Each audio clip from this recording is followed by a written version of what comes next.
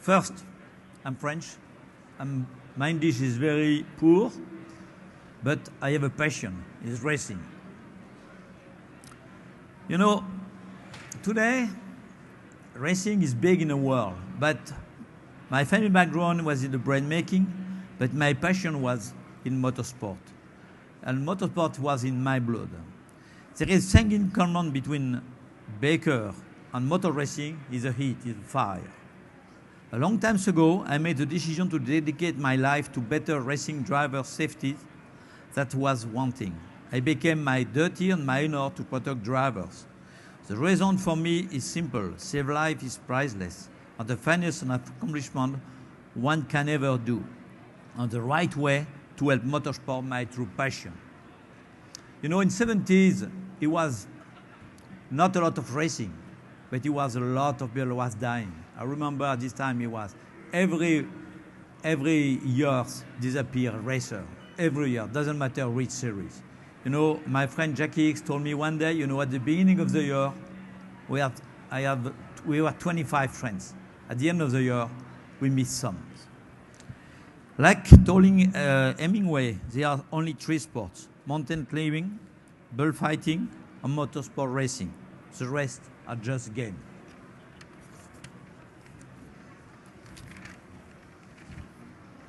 First, in the first race in 1894, first race, Paris-Rouen. Until 1950, some race around the world, but it was made by some people who had cars. Sometimes they were 200 cars, sometimes 100 cars. In 1923, I think, Le Mans starting the 24-hour race. But it was no safety. The people were just heroes.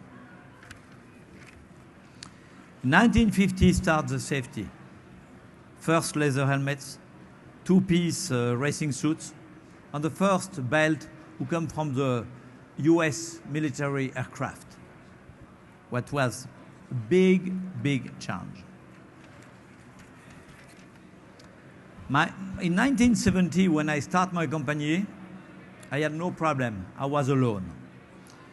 And I was on an old racetrack in France, close to Dijon. Dijon is a Burgundy capital. I live there. It's where you have good wine, Burgundy wine. And a Formula 3 cars came in fire.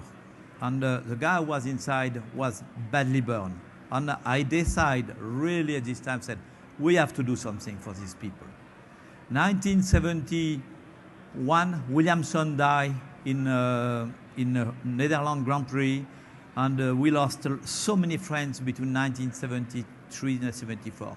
And maybe some of you will go to see The Rush, the new movies, with Niki Lauda and James Hunt. And it was 1976.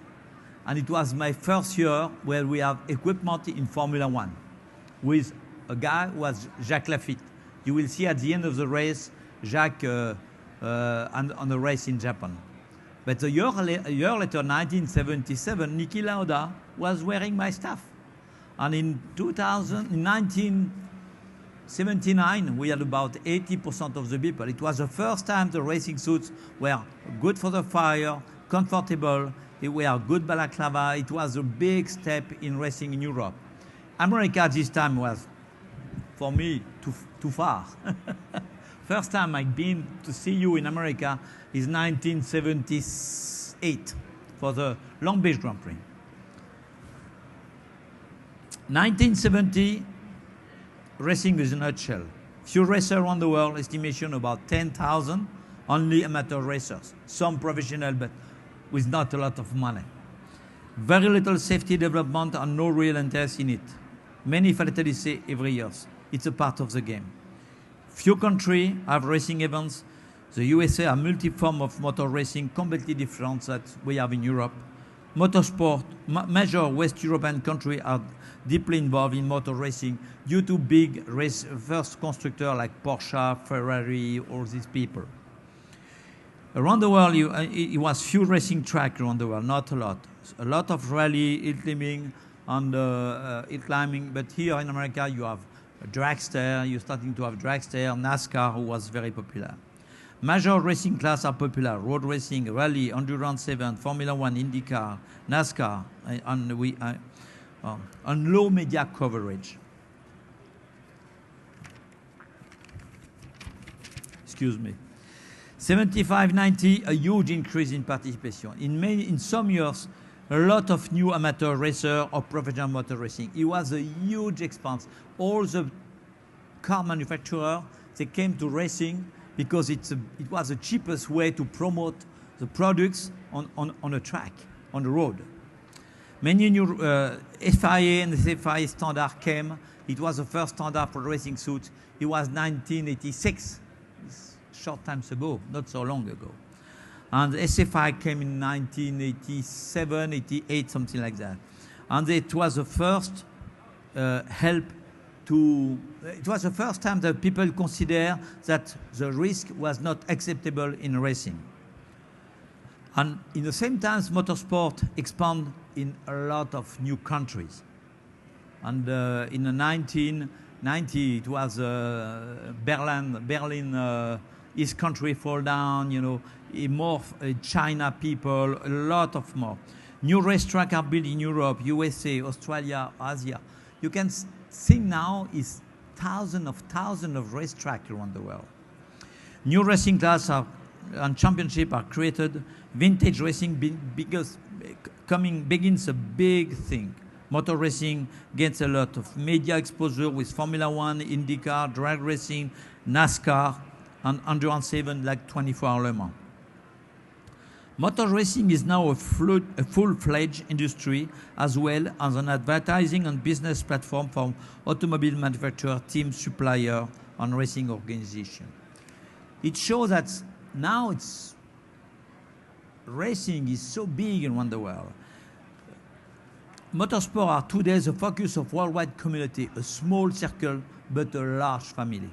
Over 2 million people race around the world. It's a big town. It's a big town with helmets, with racing suits, it's a big town for the car manufacturer. They can sell parts, you know. And it's one company understood very well is Porsche. Porsche is in racing for now 60 years. And they race every day, they race every weekend. You have Porsche people race around the world. And Monday morning they repair the cars, they build new pieces, they do a lot of new development. And now everybody wants to do the same. Now a large majority of these people are gentleman drivers. Racing is for them another hobby compared to golfing, skiing, boating.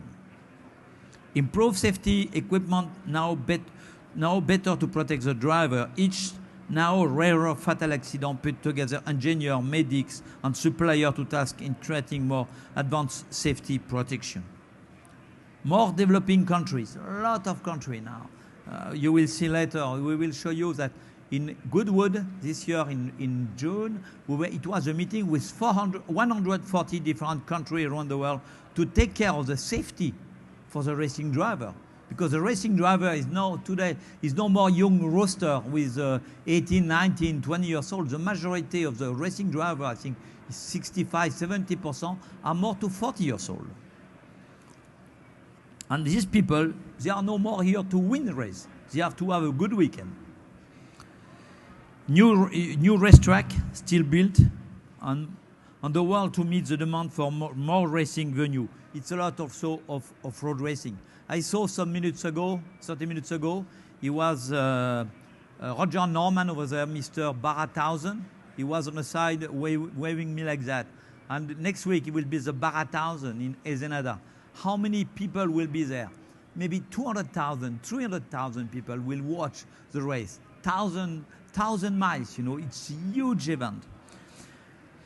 Now it's more to 150 racing, different sort of racing around the world. This number comes from Porsche, but it's serious, you know. Many new races and championships at all levels are meeting all budget. Like I was telling you, in June we were in Goodwood, and in Goodwood it was Jean Todt, president of FIA, and a lot of people from 140 different countries. And everybody was there with medical people, engineer, rescue, all that.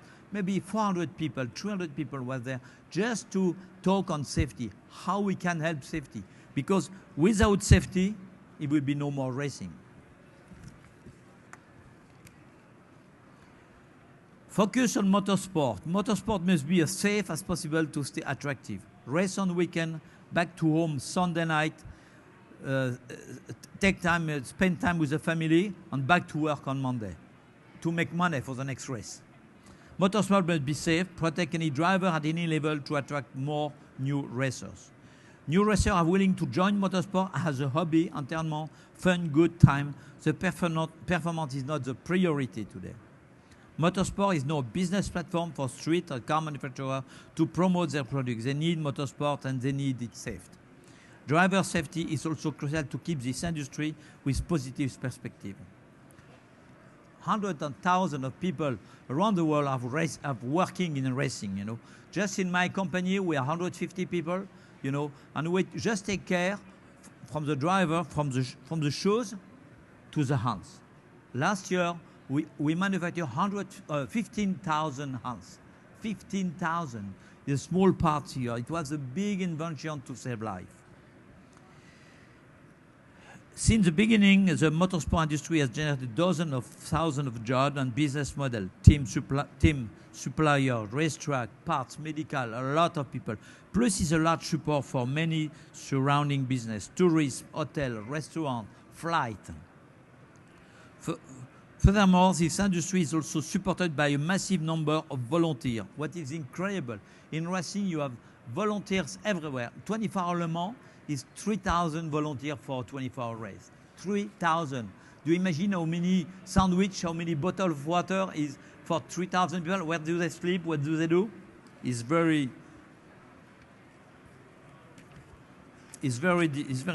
difficult. Also now I start something, you know, I'm, like you can see, I have gray hair. I spend my passion. I have a good life.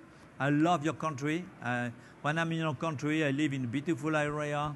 It's Newport Beach, you know, and I see some friends around here. You know, I motorbike. I take my Hummer, go in the desert, off-road, you know. I'm really a fan of your country. But you have to reward. When you have a good time like that, you have to reward. And I would rather make a foundation here. I spend 1% of my turnover. And with my friend Don Taylor over there, we make safety. I have a safety foundation. And we make lecture with the safety foundation. We make in Long Beach. We make one month ago in Indianapolis. We get all the top level in dragster. All the top level in dragster was there. Driver, team manager, everybody was there. And I'm very proud to spend this money to educate. Because the problem of safety in racing is education. People, they don't know. They don't know what is a good roll bar. They don't know what is a good belt. They don't know what is a good helmet, a good racing suit. They buy. Maybe they don't buy. You know, really, I'm very happy to be a part of this safety world. And for me, it's really today, what do you expect? More money? No. I have enough to have a good life. I'm still French, you know, for that. Just good wine. You cannot live without good wine. But the rest is give a reward, give something to my community. And I'm happy for that. Who is Stand21? We are leading on a pioneer driver safety equipment manufacturer, to made-to-measure racing drivers safety gear, finest manufacturing quality in-house. We manufacture everything in-house. Nothing is helmets. If you come to my factory in Dijon, helmets are made there. Shoes, gloves, everything is made at home. And we can do 100% made-to-measure. We have a lot of work in stress. We work a lot with medical. I work here with Dr. Terry Trammell, John Melvin, very well-known people, you know, because if we can prevent if we can help the people with safety, if we can prevent, we can help safety. We exceed all the finest standards around the world, and I respect NASCAR because they have a very, very good, and Morizot, they have a very good team to test a lot of things. Congratulations. Very, very, very good. And we have a premium customer service. We are on a 400 racetrack around the world, you know. In America, we go on about 50, but we are based today in 40 countries. We have the Porsche contract for the world. We are very proud to be Chevrolet for years, your supplier with Gary Pratt and Doug Fian. Very good people. And we have a factory, we have in 30 countries. We won a lot of Formula 1 Grand Prix, we won a lot of IndyCar, we won a lot of things. And most important thing, I run this business by passion, and I have my two sons with me. And now they're working with me for now 12 years, 13 years. And I hope one day when I will be on a cloud number 21, I will see them and say, I'm proud of them. Thank you. Thank you, John. Thank you, both John. Thank you, Wilfred, my buddy. And thank you, all gentlemen. And please, excuse my English.